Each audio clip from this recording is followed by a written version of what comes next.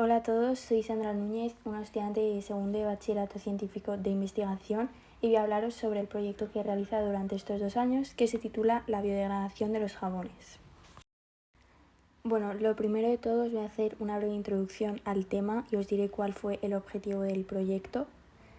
Pues la base de este proyecto está en la contaminación del agua, ya que es un problema global cuya solución va siendo cada vez más urgente porque por desgracia trae consigo pues muchas consecuencias drásticas, como puede ser la escasez de agua potable o la muerte de muchos ecosistemas. Y una de las principales causas de la contaminación del agua es el vertido de los productos químicos al mar. Y uno de esos productos químicos que todos utilizamos diariamente en nuestras casas son los jabones. Y os preguntaréis por qué contaminan tanto los jabones. Pues porque en muchas ocasiones contienen productos muy tóxicos para todos los ecosistemas y tras observarse las consecuencias ambientales de dichos jabones se han creado otras alternativas que son más sostenibles, que son los jabones biodegradables. Así que dado que la biodegradación es una herramienta esencial para construir un futuro sostenible, el objetivo de este proyecto fue comprobar la capacidad de biodegradación que tienen distintos jabones en función de los componentes de los que estuviesen hechos. Con este fin se hicieron cultivos de bacterias en medios compuestos por los distintos tipos de jabones y se analizó cómo fue el crecimiento de las bacterias, ya que las bacterias son las que contienen las enzimas necesarias para que se produzca la biodegradación del jabón, de manera que a la vez que el producto desaparece, las bacterias obtienen alimento de él. A continuación os voy a explicar algunos fundamentos teóricos necesarios para que podáis comprender el experimento realizado. Bueno, comenzando con los jabones, un jabón es el resultado de esta reacción química que se conoce como saponificación, en la que reaccionan los ácidos grasos presentes en las grasas con una base fuerte, de manera que el ion de sodio reacciona con los ácidos grasos formando el jabón y por otra parte se genera un subproducto que es la glicerina. Y así, de esta manera, se formaría un jabón completamente natural y completamente biodegradable. En la imagen podéis ver cómo es una molécula de jabón con el ácido graso y el ion de sodio y es biodegradable ya que las bacterias contienen enzimas necesarias para degradar los átomos de carbono, así como estáis viendo, de 2 en 2 y además los oxidan y se transforman en acetilos, que son productos que las bacterias utilizan pues, para obtener energía de ellos, nutrirse y reproducirse.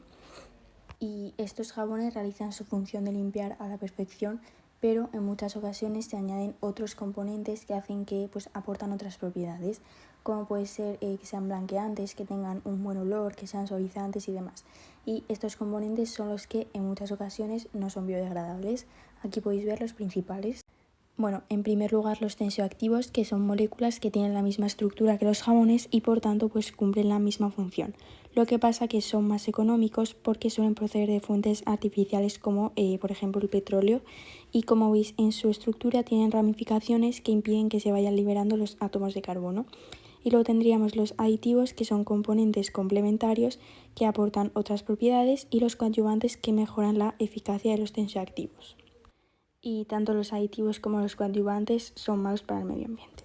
Aquí podéis observar la hipótesis de la que se partía al realizar la investigación, y es que se creía que se pretendía demostrar que los jabones formados por ingredientes naturales y sin aditivos serían biodegradables y que por tanto en los cultivos las bacterias obtendrían alimentos de ellos y se reproducirían con facilidad. Y por otra parte, en los detergentes formados por ingredientes artificiales con una gran cantidad de aditivos no serían biodegradables y por ello no serían beneficiosos para los microorganismos que no se podrían reproducir, y esto quiere decir que también serían malos para el medio ambiente. Bueno, dicho todo esto, voy a pasar a explicaros la metodología, que consta de 2 pasos fundamentales. Primero de todo, la preparación de los cultivos y luego su análisis, que se hizo a partir de varios métodos. El primer método es la medición de la turbidez y el segundo el conteo de bacterias. Para la preparación de los cultivos eran necesarios los diferentes jabones y las bacterias. Aquí podéis ver los jabones, que se analizaron 6 diferentes, aunque podéis ver 7 botes, ya que uno de ellos era una muestra de control que contenía solamente agua. Se hizo un cultivo en agua para asegurar que las condiciones externas, temperatura, luz y demás, eran adecuadas y no impedían el crecimiento de las bacterias.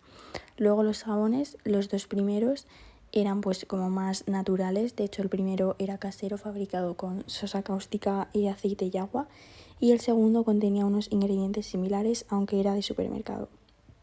En estos dos jabones es en los que se espera que haya un crecimiento más elevado de las bacterias, al contrario que en el resto. Los jabones 3 y 4 eran como un punto medio, que pues contenían ingredientes que eran más naturales pero otros que eran artificiales. Llama la atención además que en la etiqueta del jabón 3 ponía que era un jabón biodegradable, pero al estudiar sus ingredientes pues vi que muchos de ellos no lo eran. Y luego el jabón 4 más de lo mismo, algunos de los ingredientes eran naturales y otros no. Luego los jabones 5 y 6 que pues estaban formados por ingredientes principalmente que se consideran nocivos para los organismos acuáticos. Y luego en cuanto a las bacterias, se utilizaron las presentes en las heces de gato y se mezclaron con 700 mililitros de agua, de manera que se añadió 100 mililitros del agua con las bacterias a cada cultivo. Ahora a continuación os voy a explicar cómo se analizaron los cultivos a través de los dos métodos que os he dicho. El primero de ellos fue la medición de la turbidez, que es una forma de medir el grado en el que el agua va perdiendo su transparencia debido al número de partículas en suspensión que contiene, de manera que a más partículas pues se hará más turbio. Así que se espera que en los jabones, a medida que crecen las bacterias, pues vaya aumentando la turbidez. ¿Cómo se mide? Pues suele medirse con un espectrofotómetro, pero yo al no contar con eso utilicé una linterna que transmite pues luz a través de la muestra que se quiere analizar, de manera que llega al móvil que mide la intensidad de luz que le llega, y a más turbidez pues menor intensidad de luz le llegará al móvil. Y se tomaron medidas durante 10 días que os diré luego cuáles fueron los resultados. Vale, ahora voy a pasar a contaros cómo fue el segundo método de una forma breve. Me centraré principalmente en los resultados. Y como ya os he dicho, pues fue un conteo bacteriano que consta de 3 pasos fundamentales. Primero de todo, preparar las muestras, luego observarlas y analizarlas.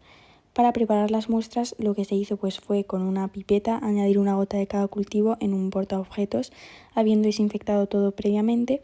Luego se fijó la muestra con un mechero y la pinza y se hizo una tinción de Gram, que permite pues ver las bacterias y además permite diferenciarlas según la composición de su pared celular.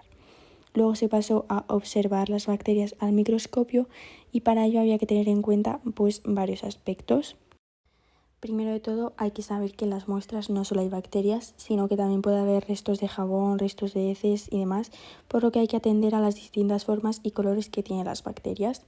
Luego lo que se hizo pues fue con el objetivo de menor aumento buscar las colonias de mayor tamaño y luego agrandarlas con el aumento de 100 y hacerles fotos para analizarlas. Y a continuación voy a proceder a explicar los resultados de ambos métodos, aunque lo voy a hacer de forma breve sin dar muchos detalles numéricos, ya que prefiero centrarme en explicar la importancia que tienen y en que quede claro el mensaje que quiero difundir con este vídeo. Bueno, voy a comenzar con los resultados del primer método, que fue la medición de la turbidez. Vemos que en los dos primeros jabones ha disminuido la intensidad de luz que dejan pasar y esto quiere decir que ha aumentado la turbidez y por tanto ha aumentado el número de bacterias. Sin embargo, en estos dos jabones vemos que en el primero aumenta un poco la turbidez pero de forma muy breve, y por el contrario en el jabón 4 aumenta la cantidad de luz que deja pasar la muestra y eso quiere decir que disminuye la turbidez. Esto se debe a que las bacterias no se han desarrollado, sino que por el contrario han muerto y se han descompuesto, por lo que hay menos partículas en el cultivo. Bueno, y en las muestras de los jabones 5 y 6 se observa un aumento en la cantidad de luz que dejan pasar y por lo tanto una disminución de la turbidez y del número de bacterias que contienen. En cuanto al conteo, como ya he dicho, no voy a dar detalles numéricos porque se observa de forma más visual con las imágenes. Veis que en las dos primeras hay un número mucho más elevado de bacterias que en la tercera, que se corresponde con el jabón 3. Y luego en estas que se corresponden con los jabones 4, 5 y 6, pues el número de bacterias es muy pequeño, como podréis ver en las imágenes. Bueno, ahora sí paso a las conclusiones y en primer lugar pues decir que la hipótesis se confirma, ya que se observa que las bacterias se han reproducido en los medios con jabones formados por ingredientes naturales. Y pues cabe señalar que solo 2 de los 6 jabones analizados han supuesto un medio verdaderamente óptimo para las bacterias, y esto quiere decir que solo el 33% de estos jabones son beneficiosos para el medio ambiente. Esta cifra pues me parece alarmante, y más aún si se tiene en cuenta que uno de los 2 jabones que han sido buenos era casero y que por tanto solo uno de los 5 jabones del supermercado es biodegradable.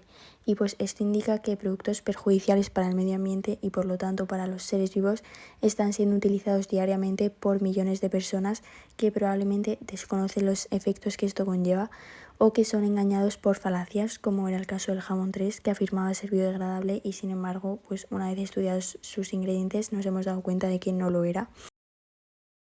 Así que el mensaje que quiero transmitir es que para elegir un buen jabón no solo se debe atender al mensaje de su empaquetado, sino que hay que fijarse en los ingredientes que lo componen y de esta manera estaremos evitando la contaminación del agua y con ello asegurando un futuro mucho mejor para todos.